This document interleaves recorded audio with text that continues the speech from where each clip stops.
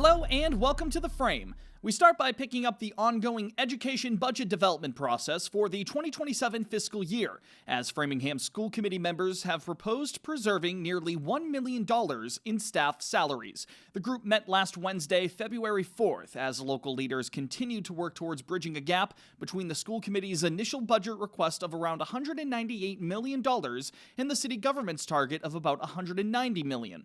116 salary cuts compared to last year's budget, some of which included retirements or vacancies, were initially proposed weeks ago, but widespread community pushback prompted heads with Framingham Public Schools to consider other methods. Deadlines for the entire FY27 municipal budget process were pushed back by a month last week by city councilors. FPS Executive Director of Finance and Operations Lincoln Lynch said that while local officials now have more time to develop a budget plan, he would want local educators and school staff to know sooner rather than later if they're going to be laid off. There's a lot of people, they're scared, they don't know what to do, they're not sure if they're going to have a job or not. While accounting for $1.2 million in federal aid that could be coming to the local district, FPS leaders have outlined their latest rounds of salary cuts and layoffs, featuring 96.4 full-time salaries in jeopardy of being eliminated. Those cuts would save close to $6 million. While acknowledging the difficult situation last Wednesday, School Superintendent Dr. Robert Tremblay urged the school committee to define its priorities when it comes to saving positions. In turn, members like District 2's Lorena Tovar voted to restore 13.4 full-time positions, worth $904,000 within their budget request. Those positions include ESL staff members, chorus and theater positions, health teachers, and jobs related to resolving conflicts among students. This is impossible. All these positions are important to the operation. So which ones are dispensable? I don't know.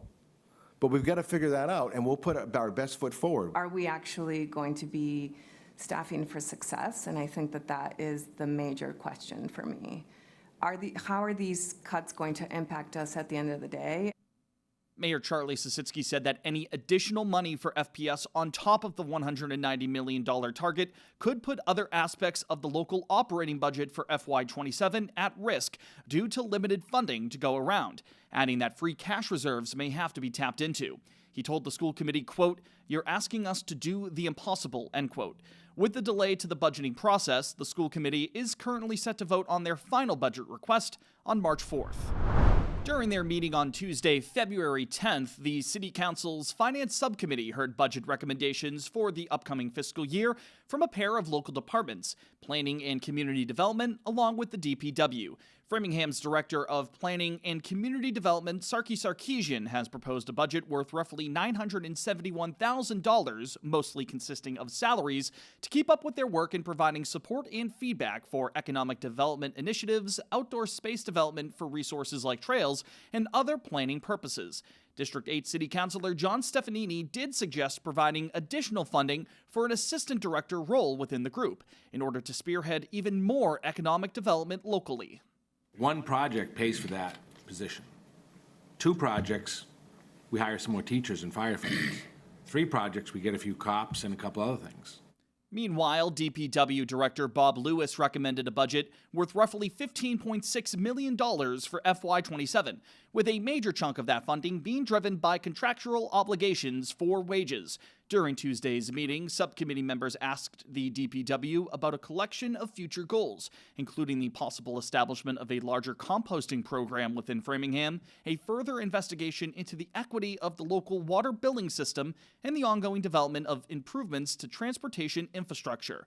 The City Council's vote on the final operating budget for FY27 is set to take place in late May. More details on all of our top stories each week can be found on our website, www.theframe.news. There you can read full written articles, watch feature pieces we've completed across the city, and find details on upcoming local events on our community calendar. Subscribe to our email newsletter too, so that you always stay up to date with Framingham news in focus.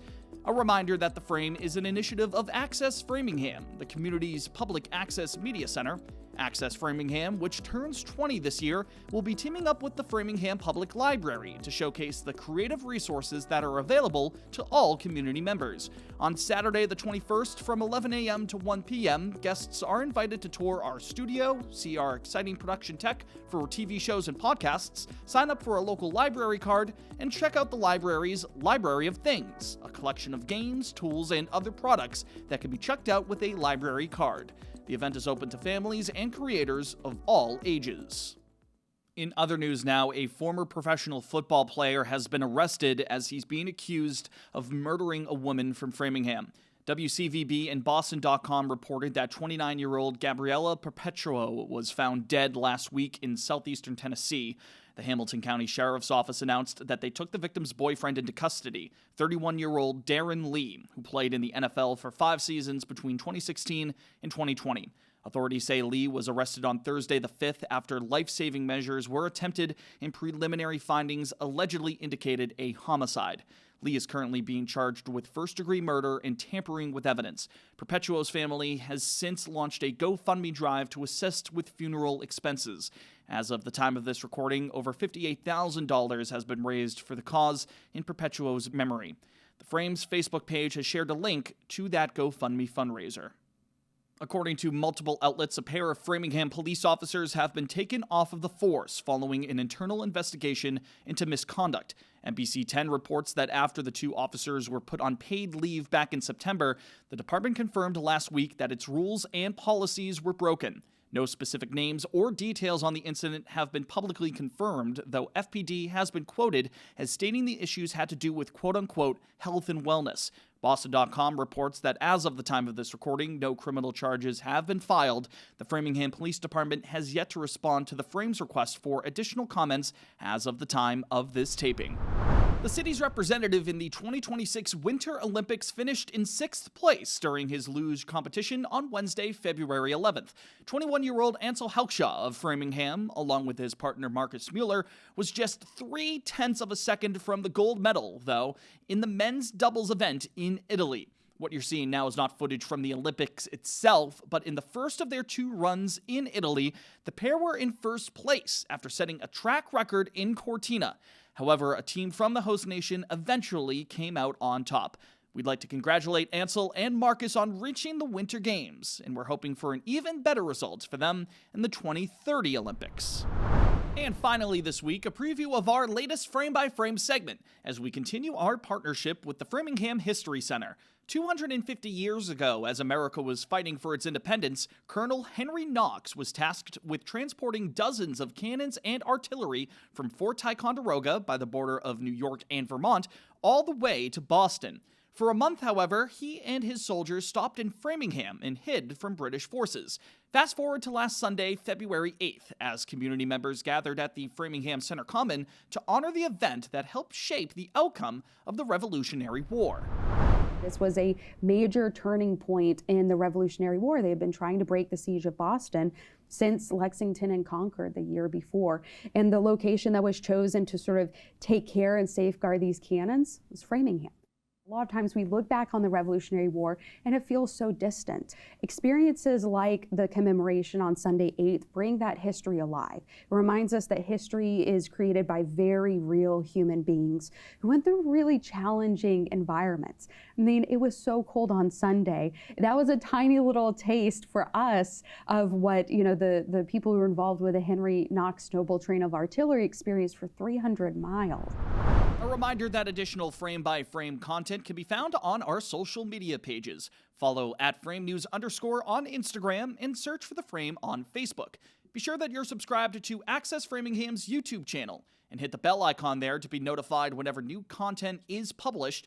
Follow us on Spotify as well, where you can listen to or watch full episodes of The Frame. That's all for this week's Framingham News in Focus. For our entire team here at The Frame, thanks for joining us. My name is Brendan Fitzpatrick. We'll talk to you next week. Take care.